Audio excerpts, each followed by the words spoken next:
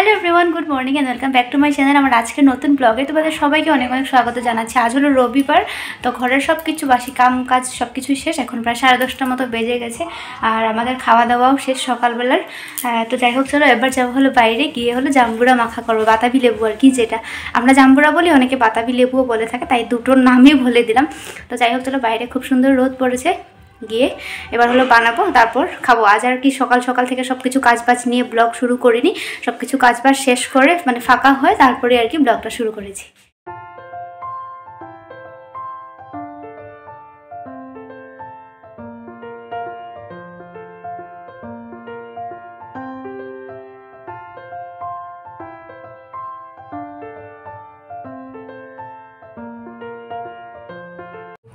তো এইদিকে দেখো, আমরা ননদ আর বৌদি মিলে জাম্বুরার পার্টি করছি, মানে আমি ছুলছি যেহেতু ও পাশে বসে আছে, তো সবাই খাওয়ার সময় আসবে। সবাই বলতে কি, এখানে কাকিমণি রয়েছে আর যদি ওর ঠাম্মি আসে আর কি, তো আমরাই আর কি মিলে খাবো। না কি যে তুমি কিছু কথা কও, আর আমাদের পাশের ঘরে আর কি গান বাজছে, তাই কিছু কথা বলা যাচ্ছে না এখানে।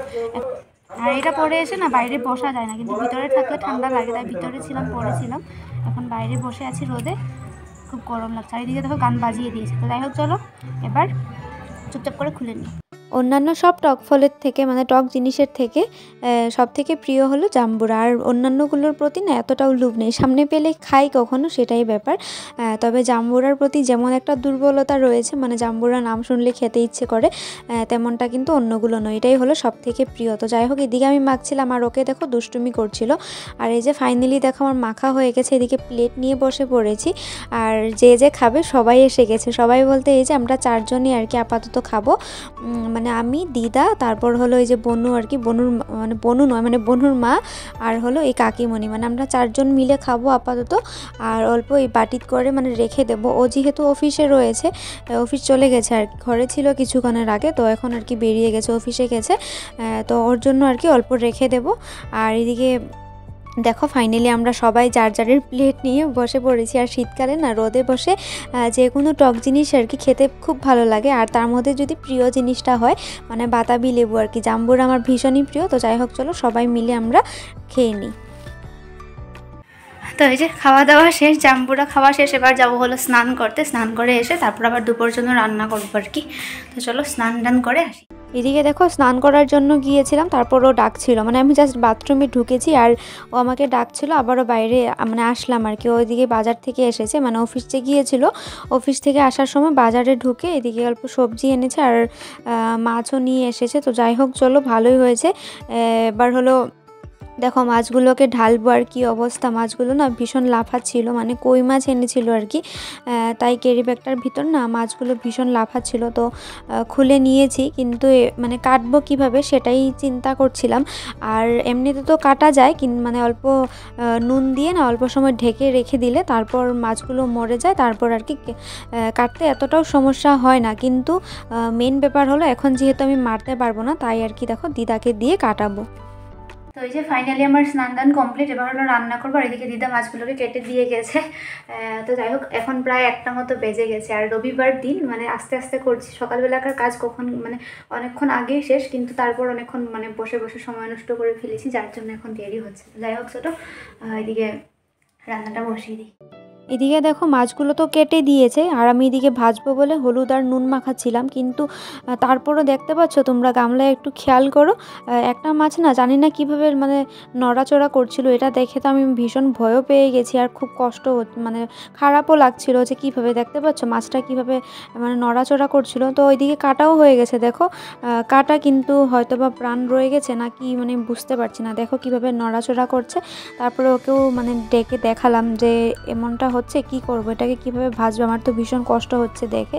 আর এমনিতেও না আমার যে কোনো মাছ টাছ আর কি কাটতে খুবই কষ্ট লাগে, তারপরেও মানে যেগুলো আর কি মরাই থাকে সেগুলোকে তো কেটে নিয়ে আস্তে ধীরে করে কাটি, খুব মায়া করে করে, কিন্তু এগুলোকে না কাটতে সত্যি খুব খারাপ লাগে। তবে এখন তো প্রেগনেন্সি চলাকালীন এগুলো কাটা মানে একটা নিয়মের বাইরে, তাই এখন কাটি না। এদিকে দেখো অল্প করে তেল কই করেছি, তারপর এদিকে সকালে ডাল রান্না করেছিলাম, ডালটা রয়ে গেছে, আর এদিকে মাছটা হয়ে গেছে। এবার হলো বেগুন বেগুন ভাজা করব, ডালের সাথে বেগুন ভাজা আর তার সাথে হলো মাছ, মানে এই দিয়েই আর কি এখন আমাদের দুপুরের খাওয়া দাওয়া হয়ে যাবে।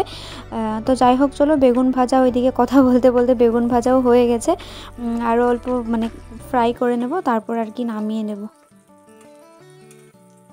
তো এই যে ফাইনালি দেখতে দেখতে সন্ধ্যা হয়ে গেছে, মানে কিভাবে যে সময়গুলো চলে যায়, দুপুরে খেয়ে দিয়ে অল্প সময় মানে শুতে না শুতে সন্ধ্যা হয়ে যায়। তো যাই হোক চলো, সন্ধ্যাবাতি দিয়ে নিলাম। এবার হলো বসেছি এই যে ঠাকুরের বইগুলো নিয়ে, একটা হলো শ্রীকৃষ্ণের যেটা শতনাম আর কি, শতনামের বই, আর একটা হলো এই যে আমাদের গুরুদেবের। তো যাই হোক চলো, এই বইগুলোকে অল্প সময় পড়ে নিই, তারপর আবার মানে দেখা যাবে আর কি পরেরটা কী হয়। তো প্রত্যেক দিনই না সন্ধ্যাবাতি দেওয়ার পর আর কি আমি এই দুটো বই ফার্স্টে পড়ে নিই, তারপর বাদবাকি টুকটাক যা যা কাজ থাকে সেগুলো করি আর কি।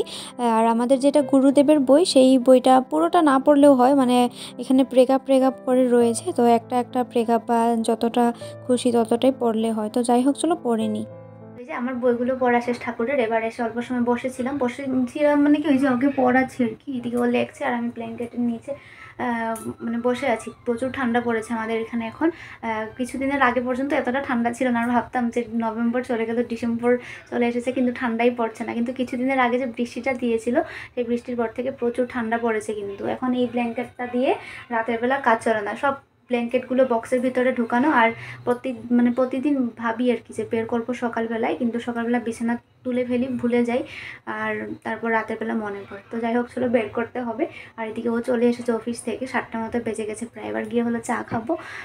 তো আমিও এতক্ষণ কিছু খাইনি আর কি, সন্ধ্যা হওয়ার সাথে সাথে আমার আর কি খেতে ইচ্ছে করে না, অল্প দেরি করেই খাই, যেমন 7টা 7:30 দিয়ে। তো এবার গিয়ে চা খাবো, চা মানে ওকে চা দেবো, আমি দুধ খাবো। আর এদিকে হলো ও পড়ছে।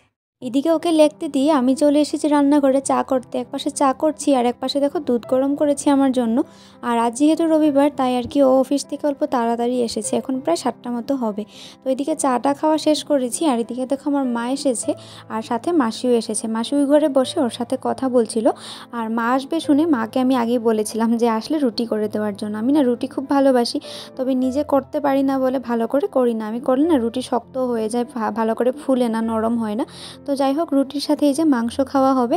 তো মা এদিকে দেখো সুন্দর করে রুটিগুলোকে মানে সেঁকছিল আর কি, ভেজে দিচ্ছিল নরম নরম করে। তো ফাইনালি আমাদের খাওয়া দাওয়া মানে রেডি আর কি, দেখো বেরিয়ে নিয়েছি। তো এদিকে মা আর মাসি চলে গেছে, রাতের খাবারটা আর কি মাকে দিয়ে বানিয়ে নিলাম। মাকে দিয়ে বলতে কি, আমি মানে রুটি যেহেতু নিজে বানাতে পারি না, বললামই তোমাদেরকে, তাই আর কি মাকে দেখে মনে পড়লো। মা মানে এদিকে রুটিটা করে দিল, তার সাথে মাংস। তো যাই হোক চলো, এদিকে ওরা বেরিয়ে গেছে, এবার হলো আমরা খাওয়া দাওয়া করে ঘুমিয়ে পড়বো। প্রচণ্ড মানে ঠান্ডা বাইরে আর কি, দরজার সামনে অবধি গিয়েছিলাম, ওরা বেরিয়ে গেছে তো তাই। যাই হোক চলো, এবার এদিকে গরম জল টল করে নিয়েছি, ভাত বলছি, রুটি খাবো, খেয়ে দিয়ে শুয়ে পড়বো। আর এই ব্লগটা এখানে শেষ করছি, দেখা হবে তোমাদের সাথে এর পরের ব্লগে। তোমরা সবাই ভালো থাকো, সুস্থ থাকো, টাটা, গুড নাইট।